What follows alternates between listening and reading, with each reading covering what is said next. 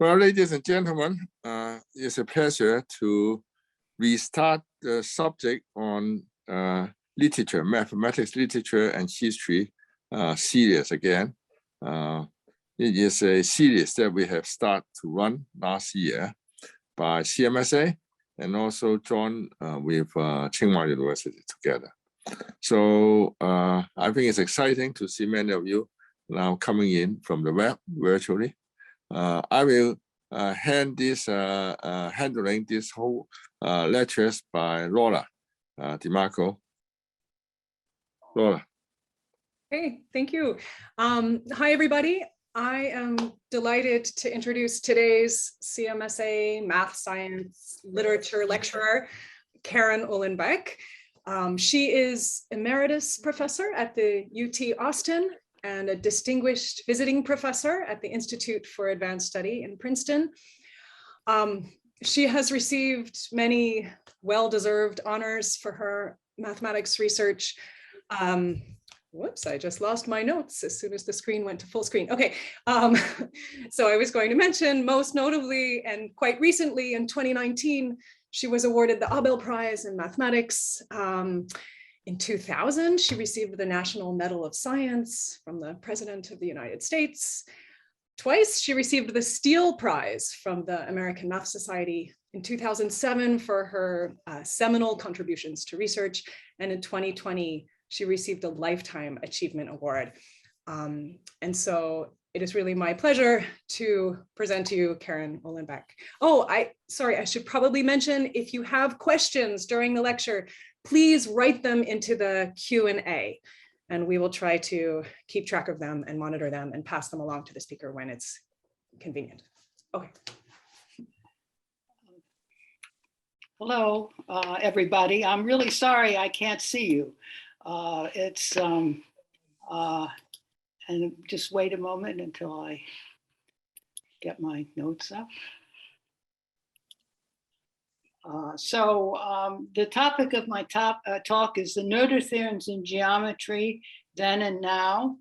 And so I will try to keep my notes so I and you can see them at the same time.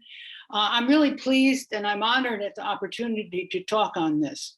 When Yao asked me a year and a half ago to talk on Emmy Noether, I wasn't interested. However, a lot has changed in the year and a half, and I came to wish I had understood her theorems on conservation laws better. I had just enjoyed giving a short math conversations at IAS on the topic, and people seemed really interested.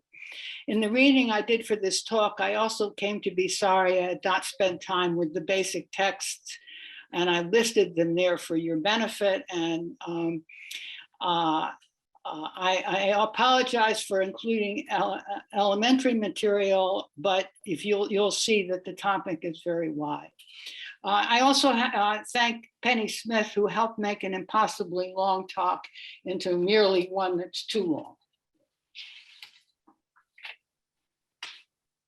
So let's go to the history of it. And actually quite a few, I can give you quite a few popular things have been written about Noether in the last few years. And my reference for this was Kostman-Schwarzbach.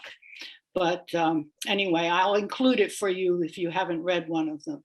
Many people, including non-academics, became aware in 2015 that Einstein's theory of general relativity was announced in 1915, 100 years.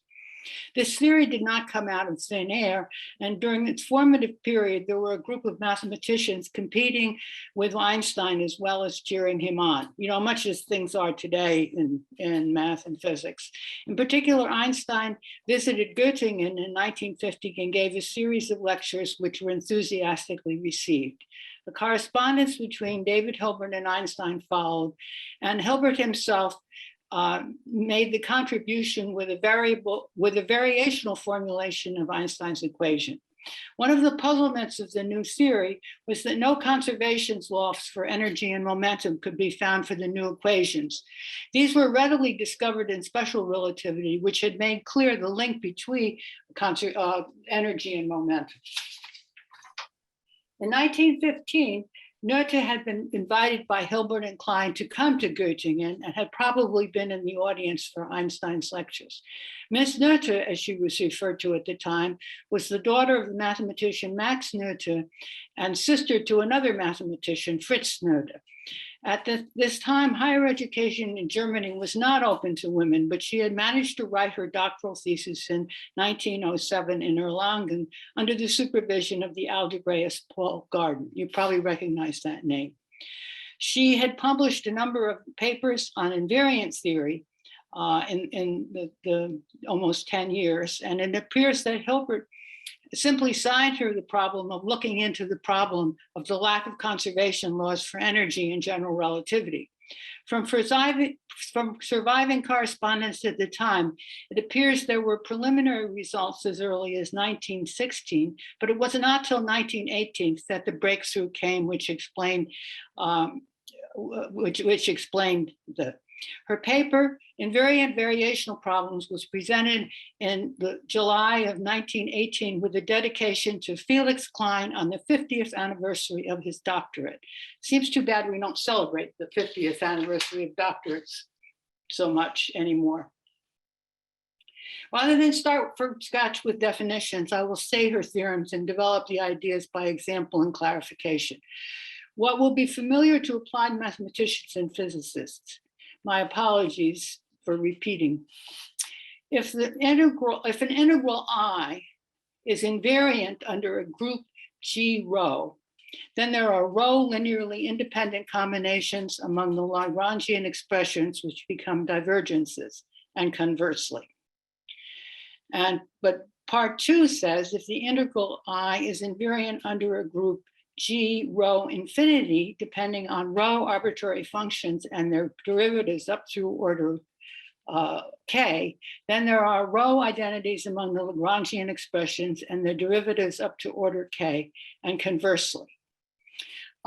She explained before this what she means by the group G rho, which is a finite dimensional group with rho generators. And the G rho infinity refers to an infinite dimensional group, which has rho arbitrary functions that generate. So, and talk about complete. Noether was definitely a generalist because this is no restriction to the question at hand or anything. So the integrals she looks at are very general. They're integral over some region. And of course, she worked in Rn, but I'll explain that, in fact, because of the nature of the theorems, they apply, they're coordinate invariant and they apply in any domain.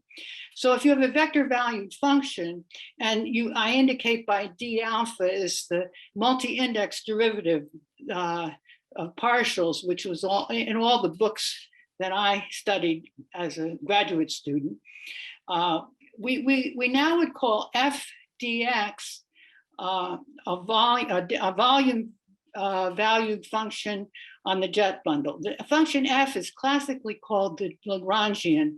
However, Noether discusses symmetries of the Lagrangian density, which is f dx, which is an important distinction.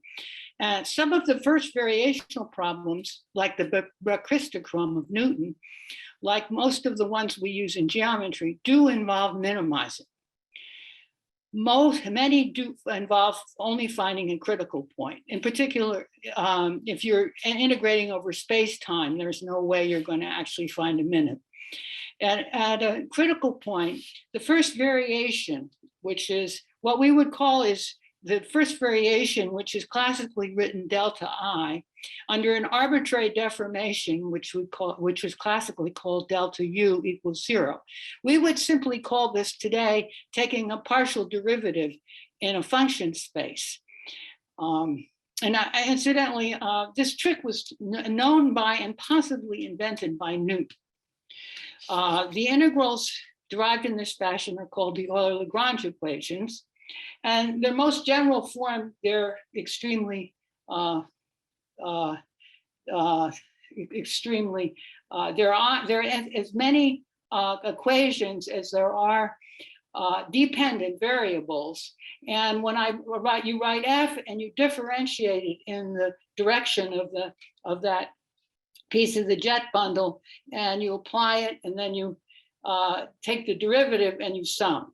So this is intimidating and actually not very helpful. I have to make a comment that in many cases, working in the abstract with those equations is actually easier than trying to work a specific problem when you have specific equations. So this is not such a difficult thing to work with. But for Hilbert's integrand for general relativity, the Lagrangian density is the scalar curvature integrated with respect to the induced metric by the metric g, and the Euler-Lagrange equation is Ricci g equals 0, and this is now we would think of this as a straightforward process of taking a derivative in a function space, but I like the old-fashioned language myself.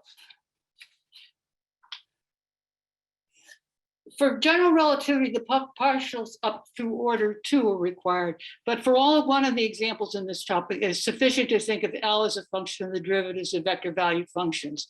By invariant, she does not mean the problem is in hand and is invariant, only that the Lagrangian density is. This confused me very much when I was a student. In fact, L need only be variant up to a divergence, or in other words, an exact n form. Hence, the theorem is local, not global in nature, and applies, as it was originally stated, to local Euclidean spaces or manifolds, irrespective of topology or boundary conditions. The modifications needed when the image of F is a manifold are easily encompassed in the theory, whether by using constraints and Lagrange multipliers or by using local coordinates, and I'm going to slough them over. Okay, Noether's theorem really uses infinitesimal symmetries or the action of the Lie algebra. For practical purposes, a group action is far easier to identify. Her symmetries involve groups which act on both the domain and the range as needed in general relativity. And our examples will actually act on either one or the other. That is, we won't go into the, and a rough idea of the proof is more useful than the proof.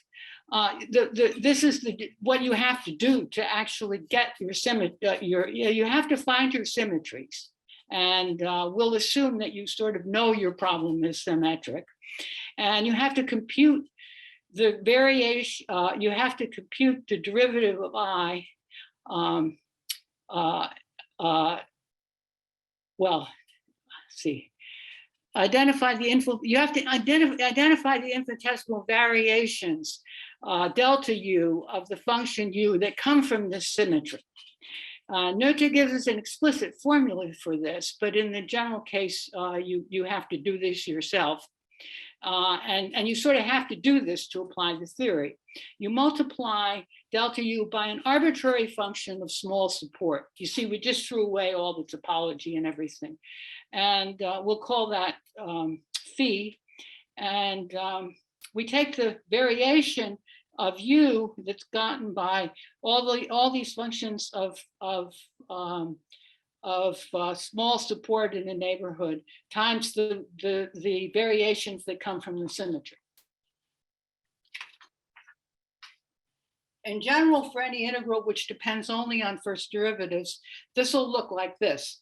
And what'll happen is that you'll get a term with a phi times something, a term with the derivative of phi times something. And you'll also, if you're in a higher order case, you'll get more derivatives of phi that come out. The symmetry says this term goes away. And that you can take as definition of the symmetry if you like.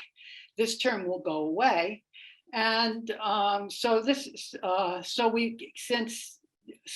since we're at a critical point, di vanishes and this turns 0, and we get the term like this. And this is true for all phi b with compact support. That's completely arbitrary. And you integrate by parts, and what was then called the fundamental lemma of the calculus of variation tells you that the divergence of each b vanishes. So that's the proof. And in fact, when you're actually looking for the symmetries, just following the proof is the easiest thing to do, not looking in a book and finding a formula and applying. Okay, so for this, it's not hard to handle more derivatives, and except the trouble is that second derivatives are not invariantly defined. So the minute you get to second derivatives, you get things that are very difficult to define without coordinates. And in part 2, you know that the variation of I vanishes for all f. And so you don't even have to put in f. And so you get that for all f, the divergence of this term v vanishes. And so you get an identity for all f. And it's actually, these are what she called improper conservation laws, and they're actually quite useless. So let's see, some examples. Conservation of energy in one dimension is the easiest example of part 1. And certainly this was known, this is well known long before Noether. A general term here would be an integral of the form a function depending on t, f of t, and the derivative of f of t. And f here is multi-index. That is f is 1 through n for some n. The Euler-Lagrange equations are just of this form, which is there's one for every element and dimension in the target. And now, how do you tell it? When is it invariant? Well, if f has not got any t in it, then f dt is invariant under time translation. Forget about the boundary conditions. That's not relevant here. We only care that the Lagrangian density is. And in one variable, the divergence is just the derivative. And it's a real easy exercise that you get a conservation law of this form. So it's you write down the and this is constant for every solution of the Euler-Lagrange equations. You can easily get that from the Euler-Lagrange equations, and this works for any sort of place you want. It works for the n-body problem. It works for geodesic manifolds and a whole lot of other places. Actually, it works in Hamiltonian mechanics. And you don't usually need Noether's theorem to discover it, but it was Noether who pointed out that this is an example of a general principle. A symmetry leads to a conservation law, a number computed from a solution which is constant in T. And just for illustration, let me show you what happens if you take it when you get an improper case. So we might very well try, well, let's take the example, instead of computing what you usually do, which is energy of a curve, why don't we just take the distance along a curve and use that for our integral? And here we can take a norm that depends on f. It doesn't matter that the norm depends on f, only that it not depend on t. And using the recipe above without restricting to u, without any restriction at all, we get this energy. We don't need any restriction because the reparameterizations leave this integral fixed. And so if we actually plug into the energy identity, we'll get this equation, which is trivially true. I mean, it's just a triviality. And the second theorem explains this is because the translations, which were what way we got energy before, are embedded in a group of diffeomorphisms. And it's a group which depends on an arbitrary function on the line, which, and it leads to identity, which is true on all equations, on all f.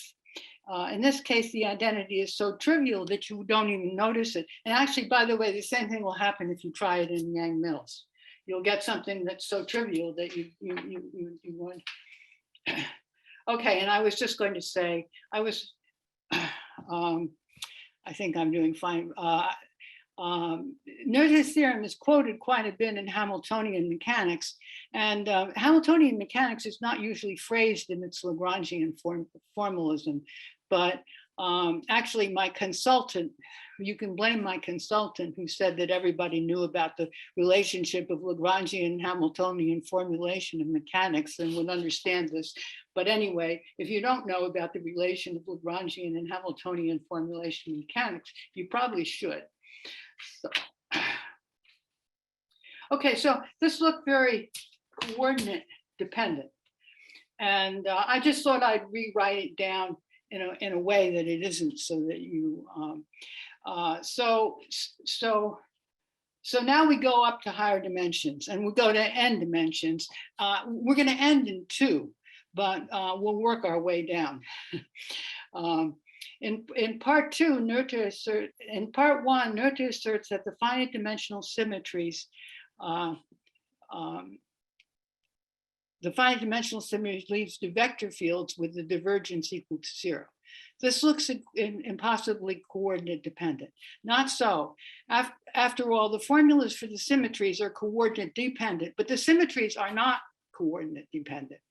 And if we incorporate the volume form into our thinking, for all functions with compact support, we write down this, the variation of I has a formula like this, and this is very similar to the one I wrote down before, where you contract where you need to contract.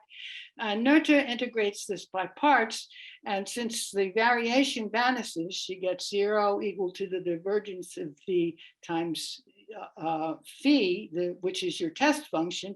And this is true for all phi, because we were allowed to use phi arbitrarily. And you apply the fundamental lemma of the calculus of variations.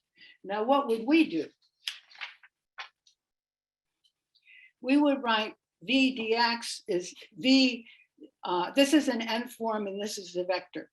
So I can contract them. I think there's supposed to be a little square thing in there, to theta to get an n-1 form. And we get the 0 is equal to the integral of theta wedge, exterior wedge d phi. And now use the fact that this is the definition that d theta is equal to 0 as a distribution. That's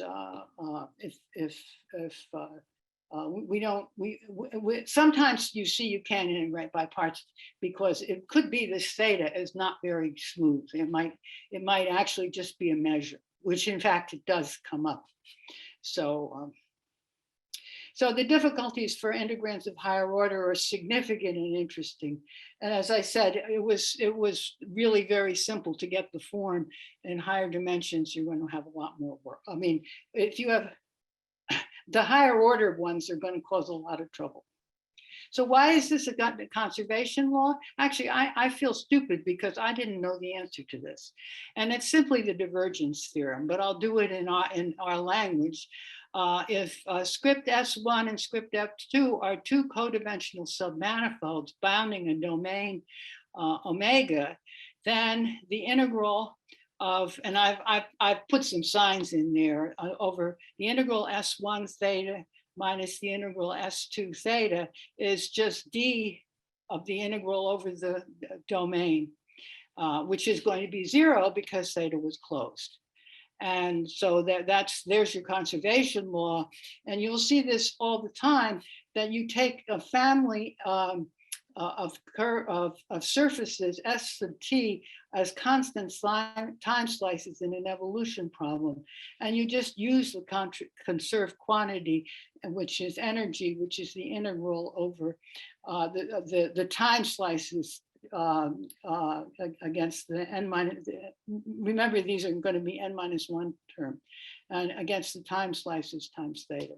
And so you get a conservation law like you did in 1 dimension, thinking of time as your 1 dimension. Okay, so what happened when she proved this theorem? they accomplished two things. They showed that many, if not all, of the known conservation law in both physics and mathematics arise from symmetrics. And they also solved the problem assigned to her. Many energy conservation laws, such as those of special relativity, come from translations in time, and those of momentum from translation in space. And of course, general relativity shows that they transform into each other under a Lorentz transformation. So that's, in general relativity, these translations are embedded in the group of diffeomorphisms, which leave the Einstein-Hilbert Lagrangian invariant. Hence, they give rise to identities, not conservation laws, because the group of diffeomorphisms is a group of, depending on, I forget, I count how many functions it depends on, but the group of diffeomorphisms depends on functions, and they just gives rise to identities, not conservation law. And in fact, in 1921, Schouten and Struck published a proof that our identities for the Hilbert functional are equivalent to the Bianchi identities. See, they're true for all functions, and and therefore they're not very useful.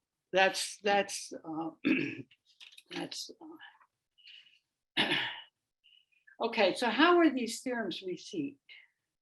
For much of this, I rely entirely on the reference by Kosman and Schwarzbach. Some attention was paid to them at first, with mention in correspondence among Einstein, Hilbert, Klein, and their associates.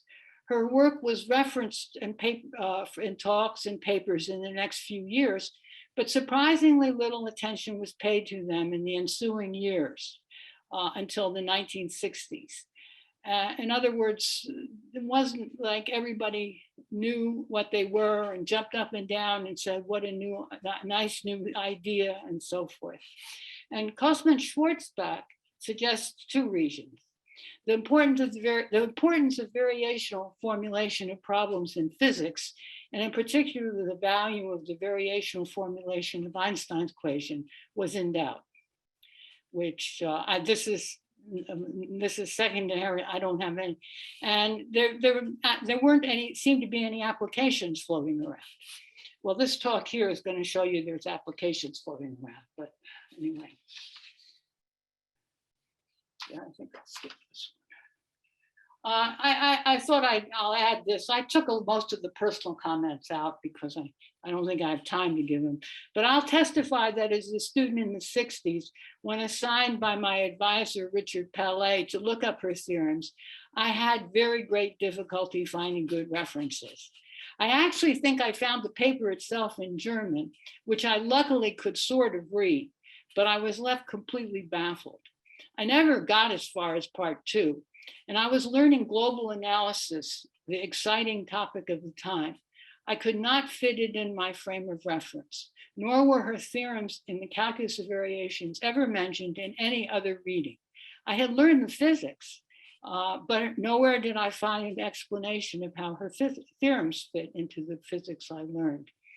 And I'm making up for this failure in this talk. So, what changed? Well, it's going to be obvious what changed. The first thing is that the first reason, which is the group theory that appeared in quantum mechanics,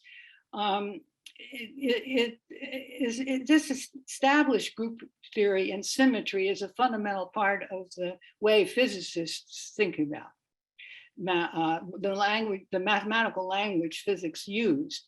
And it's also true, this is my observation, but the group theory also was associated with classical field theory, which is often presented in the Lagrangian formulation. So in fact, I think aside from sort of the geometric analysis type things that were like harmonic maps, which were just starting up in the 60s when I was studying, the only place I ever saw anything but any applications of calculus of variations was in classical field theory. And a lot of people learn the calculus variations through okay. So with the introduction of Feynman path integrals and the development of quantum field theory, Lagrangians and their critical points became suddenly central. And they already had these questions in symmetry. I mean, the point is that you're integrating, you're doing something like integrating e to the I L D mu, and with a 1 over h bar in front.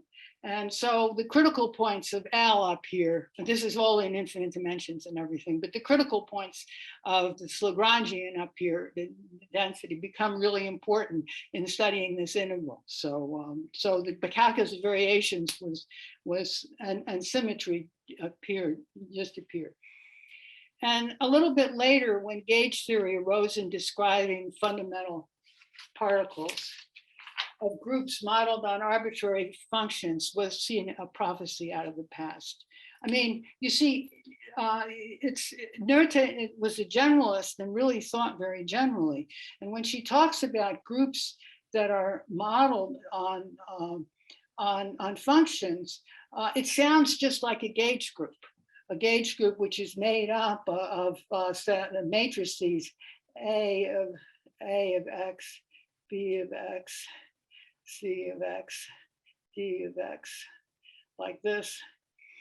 And you have to, in order to, and so you've matrices and you can multiply, these are made up of functions, and it's exactly what she was talking about, in fact. So I have to admit that that also the physicists discovered Noether's theorem in conjunction with gauge theory, and I do not understand exactly how. A very important fact about the gauge group is that if you find a solution to the Euler-Lagrange equations or a problem that's invariant under the gauge group, the solutions are invariant under the gauge group, but that's not Noether's theorem.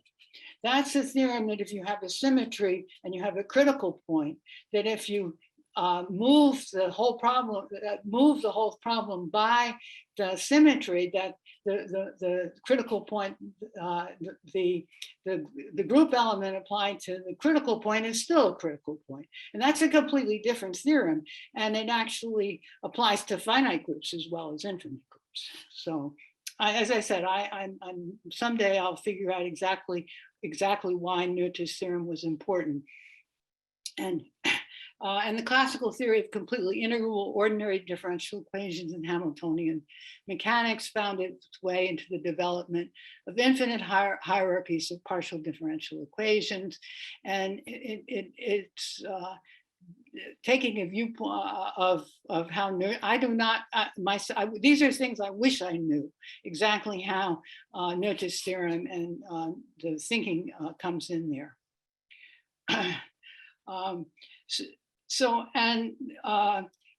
Supersymmetry is likewise this.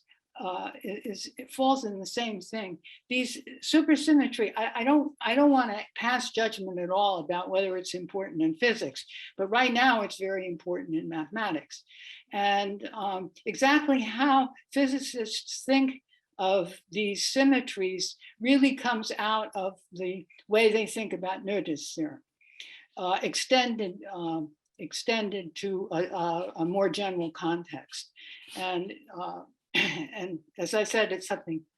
And I also did a literature search, and I found, to my surprise, that there was a tremendous amount of research using Noether's theorem directly. In other words, applied mathematicians, when they get an equation, the first thing they do is they try to apply Noether's theorem, not the last, like I'm afraid is what I did.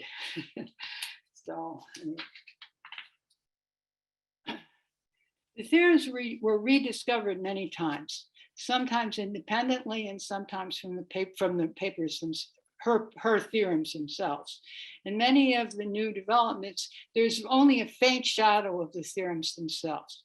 but the association of symmetry and conservation laws is now the accepted philosophy in physics and mathematics, which is an idea entirely due to Noether. And the references increase exponentially in time. So I'm glad I didn't give this talk another year or two, because I would have had to have that much more to look at. Okay. Let's see.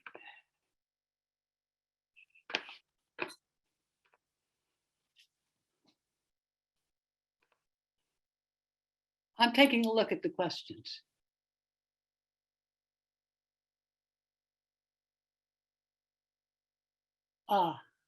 Okay.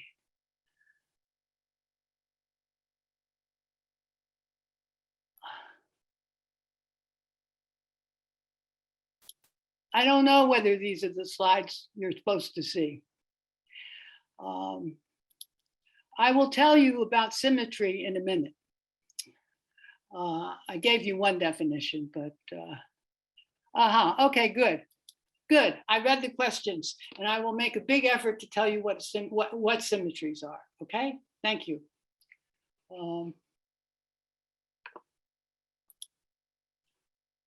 Except, how do I get rid of this thing?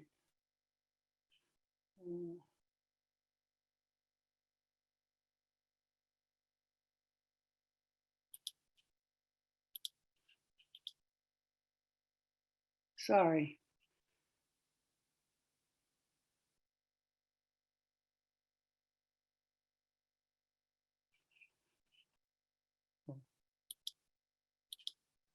Uh-oh. Is there anything I can help with? I've got, what do you people see up there? I still see your slide. I see, I've got this, I've got this, this little thing that came down in the middle of it. Oh, well, okay, that's, I still have it there. There it is, I see. Okay, thank you. We'll do it again.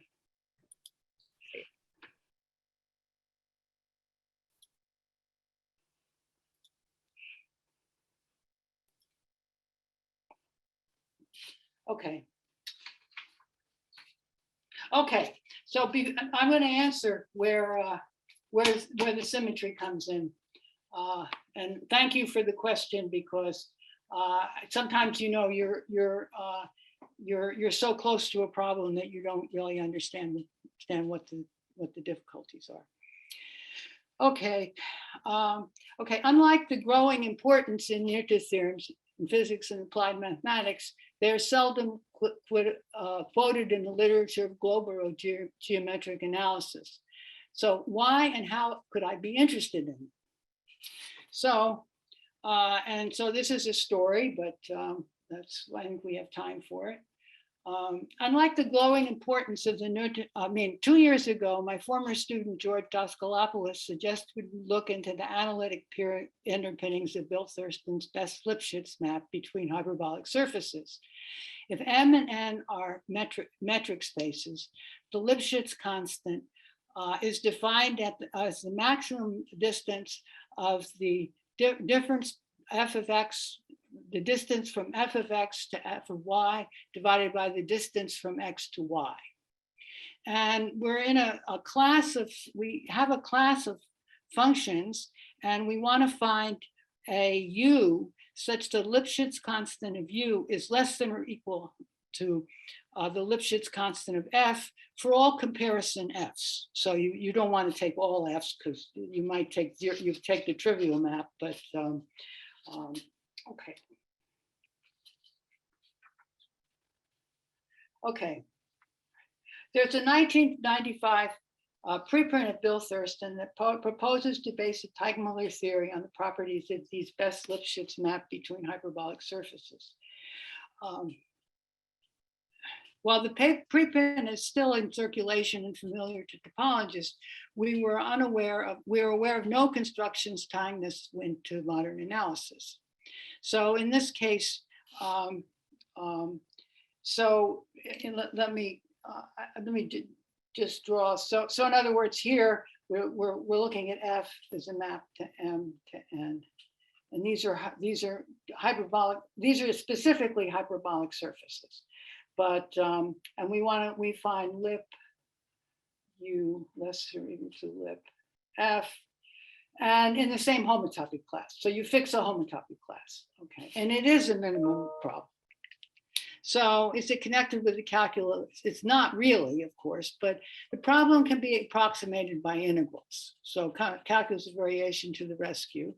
And there's an extensive literature of this in the case of real valued functions in the form of infinity harmonic functions. And as a warm up for the Thurston project, we were able to transfer to the case of F mapping a hyperbolic surface to S1. And then we studied the variational integral, which raises the function F to the power P. And F here is mapping M to S1.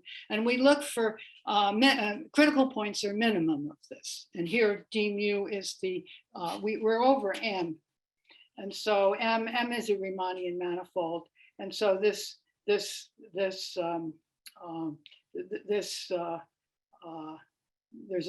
a natural measure and a way to compute the norm on a cotangent vector.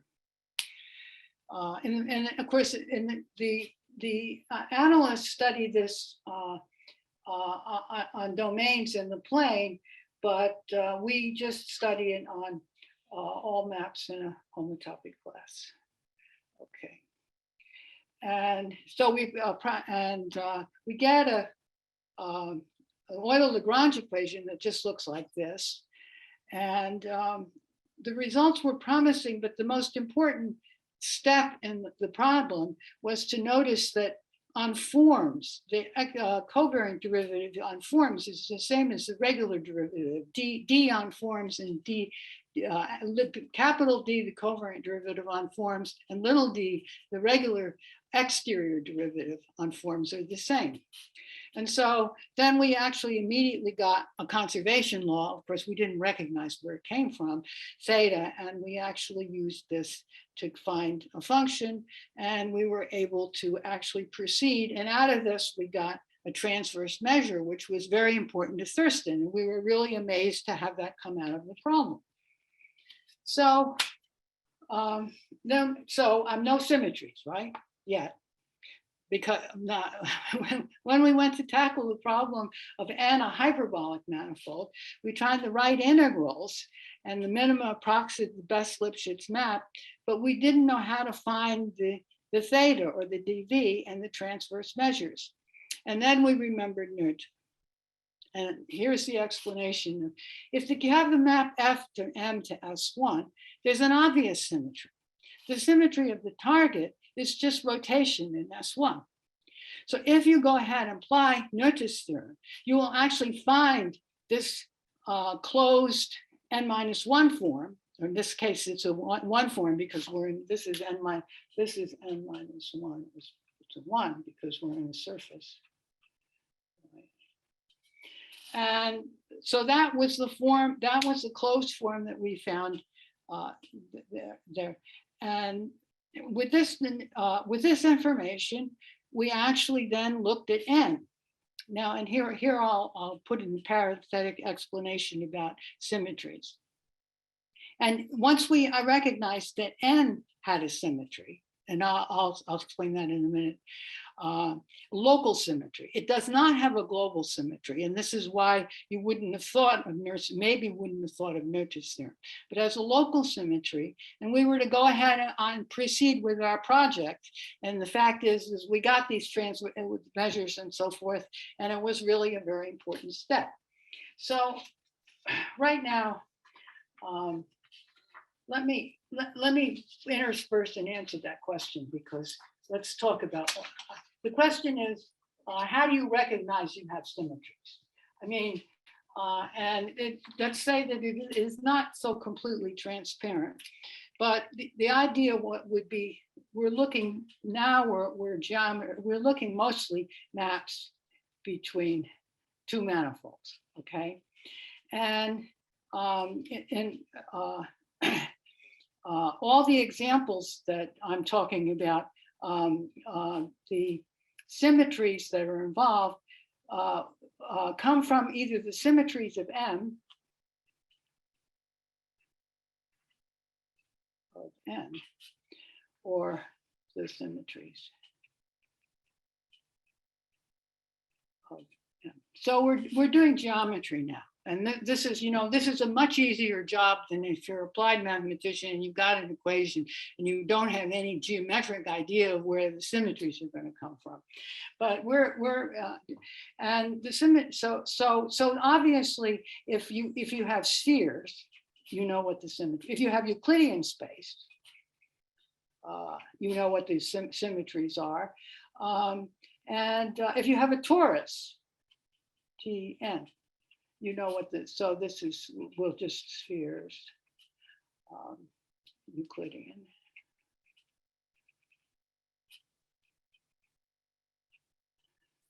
Torus. But in fact, we had a hyperbolic, we had a hyperbolic manifold N is hyperbolic. Oh, Karen, we can't see what you're writing now. Okay. Slide up a little bit. Thank you, thanks. I'm looking at what I'm writing instead of the. So N is hyperbolic, right? N doesn't have any symmetries, but N is H2. We'll stick to 2 dimensions. Let's not get to divided by a finite group. I'll even write pi1 there. And H2 has symmetries. H2 is a very symmetric space. It's just as symmetric as the 2-sphere or the transformations, the fractional linear transformations that leave the upper half space invariant form a symmetry group. And Noether's theorem only requires local symmetries. It doesn't require global symmetries. Now, so when this is the context of the symmetries that I'm talking about. So now let me go on to make a general comment about the kind of thing you expect to have. So we have a map from M to N and an integral with a Lagrangian density that's first order. And suppose you can actually figure out how it's invariant under the local action of a group. In particular, I gave you this example, and the one we're interested here is N here. And what happens is that when you actually go through the recipe of computing the symmetries from Noether's theorem, you'll discover that you actually naturally get a map, an n-1 form in general, with values. It'll be naturally invariantly in the value in the dual of the Lie algebra that was acting. However, if it was a local symmetry, and what you're talking about is a local symmetric space, not a global one, there'll be a bundle around. The bundle will be formed by this quotient. And so in general, you can expect out of these problems that are only locally symmetric, this is what you can expect your conservation laws to look like, is there n-1 forms with values in some bundle that's constructed out of the structure of the way the group acts. So that's just, okay. Well, so this was very successful. We were well on to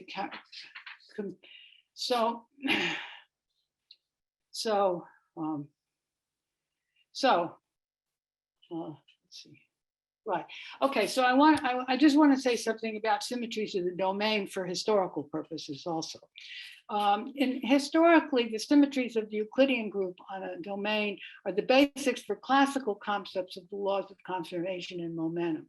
And standard textbooks will show you that if your Lagrangian density, now we're in Euclidean space, looks as a function of only the f variable and the derivative of the f variable, and of course this is dx to the n. Associated with every solution of the Euler-Lagrange equation is a symmetric energy momentum tensor, which I'll call Sij. And the important is its divergence is 0. And this is very important in classical mechanics, and the symmetry of the tensor is important. And I just have to say, somewhat the same thing is true on a Riemannian manifold. And this is, we don't even have a symmetry here. If you have a functional that depends on a function of the variable f, this quadratic form, f df, and the volume element on the manifold. So this is we're on M now, and it's arbitrary Riemannian manifold. Then this quadratic form is just, you take the inner product in this cotangent space of M, and you get it. And in this case, you'll get this same momentum tensor as you did classically, but the covariant derivative of S is 0. Now, S is not a form. S is in the symmetric product of the cotangent bundle. So this is not the same as d star S is equal to 0. Okay, and these equations are all over the place in geometry. So now the point is that if you actually have a manifold M, and it has a vector field that's inducing the local isometry, then it turns out the Noether current comes from this. It turns out this equation is true, where this is the regular exterior derivative of the dual of this tensor. See, this is a vector, and this is symmetric in two cotangent indices. So this thing has one cotangent index and d of its 0. And this can be packaged into a global theorem about what the Noether densities look like. Okay, and the last thing here, I'm almost doing this. Okay, now I want to state, I'm actually stating a theorem which is very easy to prove and which I have never seen anywhere and must be somehow much more, must be relevant. And it's an elementary consequence of Noether's theorem. So if you had this, you have this S, which you say you find almost anywhere. I mean, and but it's got two cotangent indices, and if you take the star both of them, you'll get a pair of symmetric tensor with n-1, n-1 forms. Now that's not very helpful, and I have no idea what you do if n is not 2, but in n equal 2, we get an interesting thing. If you're on a locally symmetric surface, the equation d star s equals 0 is valid if and only if there is a potential function E such that S is actually written as the covariant derivative of E plus RGE. This, by the way, I mean to compare with the fact that if d theta is equal to 0, theta is equal to d alpha, right? But this keeps the symmetry. And here, nabla is the covariant derivative, R is the constant curvature, and G is the metric tensor. And the remarkable thing is the kernel of the operator, this operator corresponds to functions E, which are Hamiltonians for the local attribute of the symmetry group with respect to the natural surface. So the kernel is actually naturally defined as identified with the Lie algebra of the Killing vector fields, which is the symmetries. And so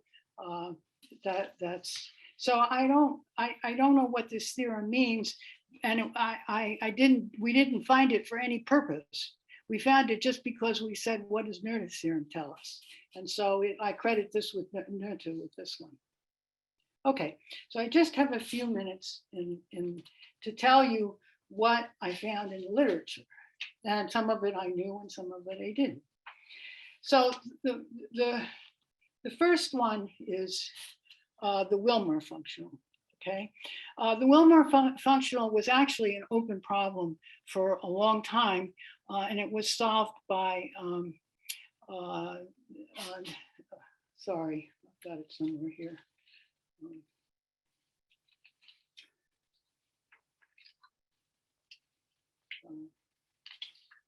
Knew I could forget something. Marquez and Neves, Wilmer functional using a non-parametric form. Non-parametric form means is that you look at a surface and you think of it as a surface non-parameterized in Euclidean space. In this case, let me draw a little picture here. I have room for it here. So the point is we have this is M equal T2 is in R3. Okay. So it's pretty simple. I mean, and the integral that we take is not so simple. I mean, if you try to compute with it, you'll understand why. Is we integrate over the induced metric, so we get a metric induced on this manifold, and we integrate in that with respect to that induced metric the norm of the second fundamental form. Okay, and no, I'm not going to. And you see, the non-parametric, this is parametric because I'm thinking of F is mapping M into R3, whereas the non-parametric form would regard this as an object in R3. Okay, and so the problem was actually the conjecture. It was really more of a conjecture. It's just to find what the minimum is when M is a torus, and that was conjectured to be the Clifford torus, and that was. And so, what are the symmetries of this problem? Okay. What are the symmetries of the problem? Well, we know we have the reparameterizations of this thing, but we also know from Noether's second theorem that the reparameterizations are a red herring. They will give us nothing but some stupid identity that we already knew, and so we aren't going to waste our time on them. So they at least keep us from wasting their time on the reparameterizations of the torus. Clearly, the Euclidean group, that is translations and rotations in R3 leave it invariant. But it's also true that it's actually not too difficult a calculation, just writing out the second fundamental form a little bit, to see that actually if I make this larger, if I dilate the whole picture, I actually don't change this interval. So that's of course the confusion, and the strength of the problem is that it actually has an extra symmetry. And so the problem was actually solved by Marquez and Neves using non-parametric techniques, but Riviere undertook to study it using the parametric techniques. Let's see, Riviere. And in the solution, he very basically uses an identity, which he finds rather painfully and difficult identity. And Jan Bernard, in a very beautiful paper, derives this identity from Noether's theorem. And now this theorem is more difficult because it involves second derivatives. So it doesn't fall automatically into our category, but it's a case where looking, probably a lot of time would be, and I also came up with the question myself, is whether it's useful in the non-parametric viewpoint to try to look to Noether's theorem. Okay. So The other place that I knew about before was in the case of harmonic maps from a manifold into a sphere. And the Lagrangian is really simple. It's just the harmonic energy integral. And you just use all the norms around to compute everything. You have a measure, you have a volume on M, you have a metric on the tangent space of S. And for the sphere, you could phrase this problem generally, but for the sphere, it can be rewritten in the sphere in a thing that looks like this, where this H has skew symmetric properties. And the form of these, this is very important in some regularity theorems that were developed. They're kind of old now, so maybe people don't remember them so well, but also Riviere and let's see, I think Riviere and Struve actually ended up using this same technique to prove a regularity theorem for a general target. But the form itself is an automatic consequence of Noether's theorem. See, SK is actually a symmetric space. It's obviously very symmetric. And so you might think that the first thing you should do when you have this map and you're looking at a variational problem is you should check what the symmetries of the SK give you. And in fact, they give you that form. And in fact, they will give you that form for any symmetric space. You have to have a symmetric space for a compact Lie group, not a symmetric space in general. I mean, if it's not a compact Lie group, the norm on the inner products are not positive definite, and that causes trouble. Okay, and the symmetries of the domain, the monotonicity theorems are all proved exactly because you have a tensor S and that's closed, D star S is equal to 0. And flat, and they're proved in flat space-time. So you prove them in flat space-time. And so that's for maps. I mean, I'm not sure all the monotonicity theorems there are. If you write down an integral in a certain form, it will automatically have, I said it's very automatic, it's automatically going to have a tensor like that. And the point is that the equation D star S is equal to 0, which is what actually holds. The monotonicity theorems are actually used to relate what happens in large balls to what happens in small balls. And by the time you get down to the small balls, the difference between flat space-time and your manifold disappears. And so you can prove almost monotonicity theorems that are just as good. And my last one is the properties of the second variation. And this, I was given this reference by Casey Kelliger. And this is a whole class of problems. And rather than reading this, maybe I will just say, this belongs to a case of conformally invariant.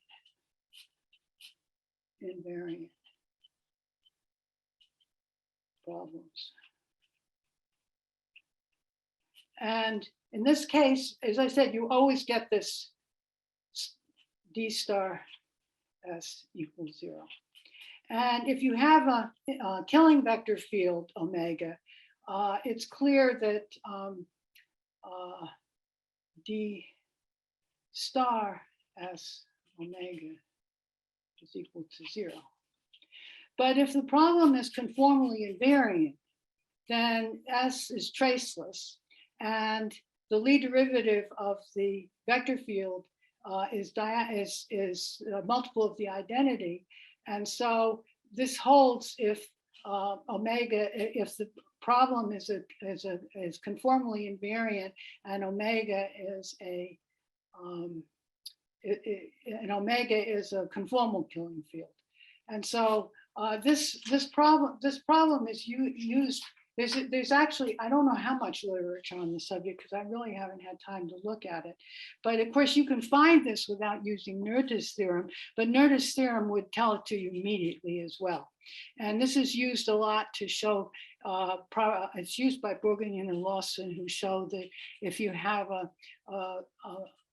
critical point of the Yang-Mills functional on S4, that it's a minima, local minima, then it's actually a global minima. That is, it's self-dual or anti-self-dual.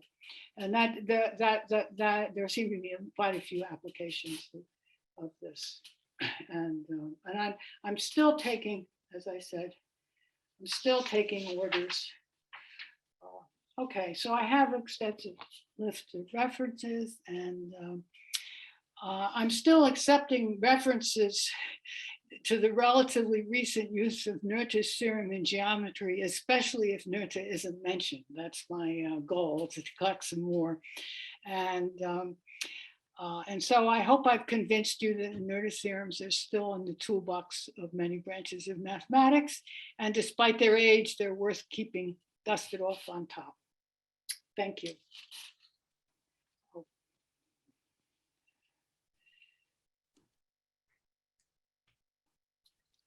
Okay. I'll put some.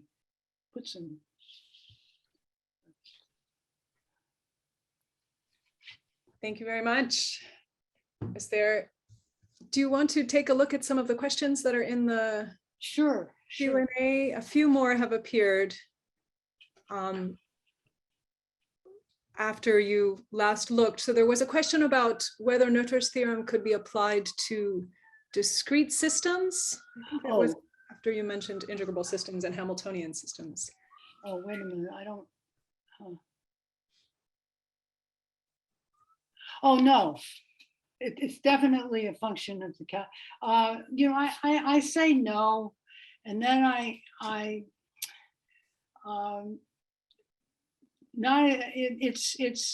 it's really a function of the calculus. But when I say no, I have to say that really people have been able to do quite a lot with it, and the applied literature is where to look. I mean, that's so. I don't. Sorry, I only see the first 4 questions. You want to read the others to me? Sorry, I forgot I was muted. Okay.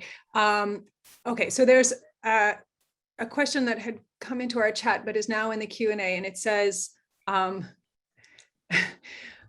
given the early 1900s zeitgeist, or perhaps Braun zeitgeist with a wink, it's surprising that independent and dependent variables are separated in Noether's formulation, since there are often symmetries which mix these. But Noether doesn't. Noether does that. Okay. In fact, when she writes out she does exactly that. I'd have to go back through my notes, but when you actually calculate, I'm sorry, my examples are all, I actually can do things like a Yamabe problem where you have a rather trivially coupling of scale with dilation and so forth. So you can actually, there are places where you can actually see it in geometry. But no, she does exactly that because, of course, she was interested in general relativity. And I'm afraid I'm not going to be able to find that. Yeah, right. Here, let's try. Let me see if I can. You don't see that. Okay. See, when you actually compute this D, what I said, this DU, you have to actually identify this as a variation coming from the symmetry. And this actually has, as she writes it as a term of A,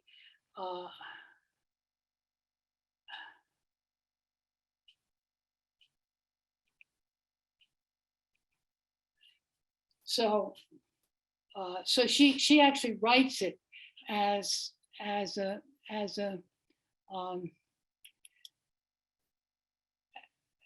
she actually writes it as a term coming from the dependent variables, I mean the independent variables, and a term coming from the dependent variables. And so I gave you the wrong impression because the examples I know in geometry don't mix them, except for, as I said, a rather easy way. You can, if you scale, you know, lots of times you have a problem and f of x, and you want to scale f of, you want to scale it like f of lambda x, lambda to the p, something like that, right? And those kind of examples appear, but I don't know of any. I mean, I'd love to hear more about them, but I'm sorry to have given that impression because she very much does consider the case where they're mixed.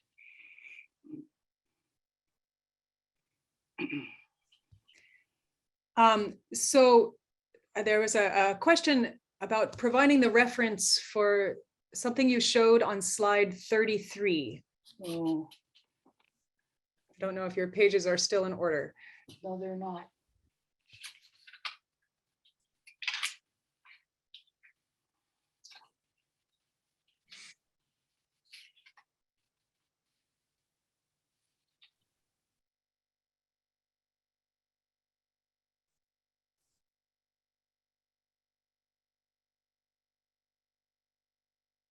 Oh, yeah. Okay, actually,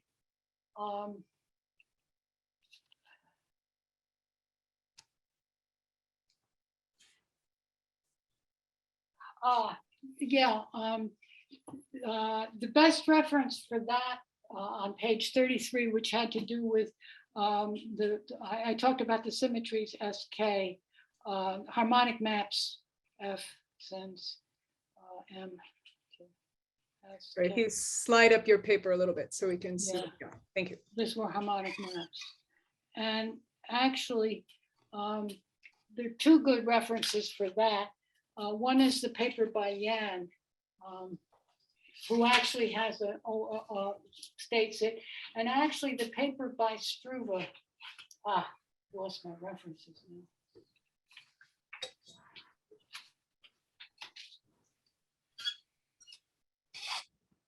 I don't know what I did with my, oh, here we go. There are two places where you can get more references or that. Bernard has a discussion of it, but also in Riviera and Struve. Here I haven't got, I've got the year, and these things are in the archives, and they discuss the background of their final proof, and they also give the references to Helene and the background information. Yeah, if you ask more questions about reference, don't ask me for a page in my notes, though. Okay, sorry. So can you still not see the Q&A, the new ones? That's right, I can't see down. Okay. So sorry, I need to scroll down. I don't know why I can't see it. I'm probably not clicking on the right thing, but I haven't done this before. Oh, here we go. No? Okay, you'll have to, I'm sorry, I can't read it. Okay, so a question about Thurston's preprint.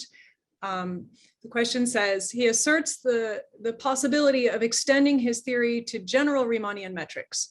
Is there any scope for applying Noether's theorem in contexts where the space lacks local symmetry? For example, some limiting approximation process with small constant curvature pieces.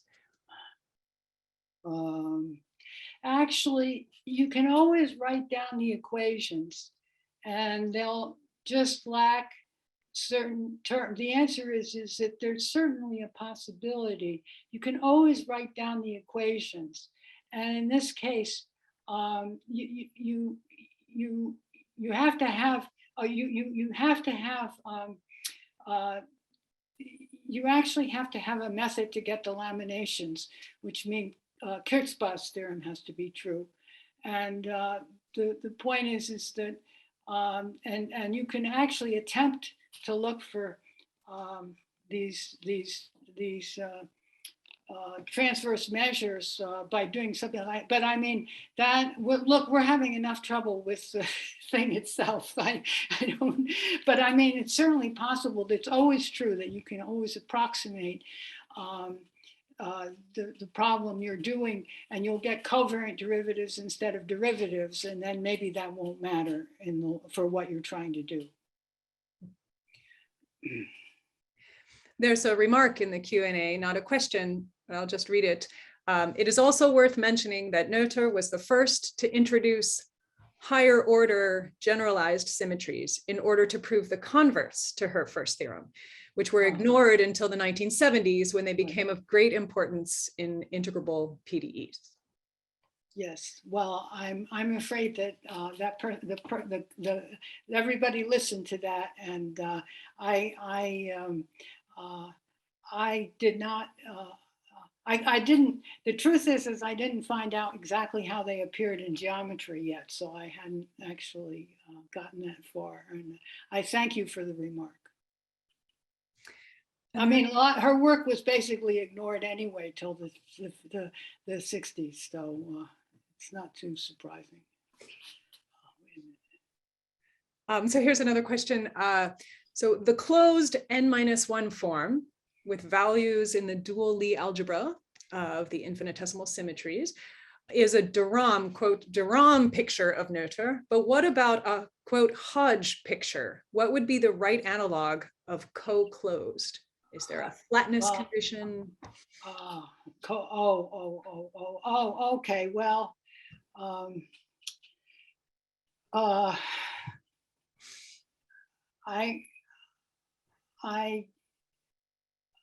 I guess the answer is that I don't know any references for it. I mean, I can go back and say that we found such a thing, but that is the closed one form, the closed form, in our case, one form does have some other properties, but I don't know much about. I'm just saying it's certainly something that could be done. I don't know. I mean, I certainly think I'm certainly aware of. I've tried to do it, but I don't have any references right now. There's another remark, speaking of references, to the non-parametric version of Noether done for minimal and CMC surfaces in the 1980s, mentioning work of Corrivar and Solomon, also pointed out for Wilmer surfaces about 2 decades before Bernard. Oh, is the remark. Well, my apologies for not being on top of the literature. I knew this would happen. I'm treading where angels fear to tread, I'm afraid. I think that's it. I like the reference to the second. Mm-hmm. And there was a question about what is reference B, but you were just showing it, and I guess that's the Jan Bernard article. It says right there, the archive 2019. Okay, I think that's it for what's inside the, oh no, something just came in. Is it true that most inequalities in differential geometry can be obtained from Noether's theorem? Oh, I find that highly unlikely. I mean, that's... So I have a question. So since you mentioned this Wilmore problem, and I'm not familiar with this at all, and then you said something about the solution, the minimal, what should have been the Clifford torus. Yeah. What is that? Oh, well, you see, because of the conformal invariance of the problem, that's, I mean, basically the fact that it's dilation and Euclidean group that generates the, you can phrase it on the 3 sphere, right? And then there's a there's a minimally immersed special minimally immersed torus in the 3-sphere, which is called the Clifford torus. Okay, thanks. I hope I have this right. I'm really not as knowledgeable as I should be. So then one more question. So you mentioned at the very beginning of the talk that you had declined to prepare a lecture on exactly this topic, on Noether, on her work, and then that's changed over the past year, presumably because of this work you were doing related to Thurston's right. Lipschitz minimization. So, but what about looking back at your own work about harmonic maps, about your own body of literature? Are there ways that her theorem could have been used and you didn't use? Are you? Well, it seems a shame I didn't. It seems a shame I didn't understand it when I was a student. I mean, I think that there's some excuse there because of the difficulty of finding good references on it. But in fact, to be honest with you, I have more regret that that when I worked in integrable, when I've never really understood supersymmetry, and I have worked in integrable systems, and they're both places where I'm sure I would have benefited a great deal from actually really understanding the theorem. Great.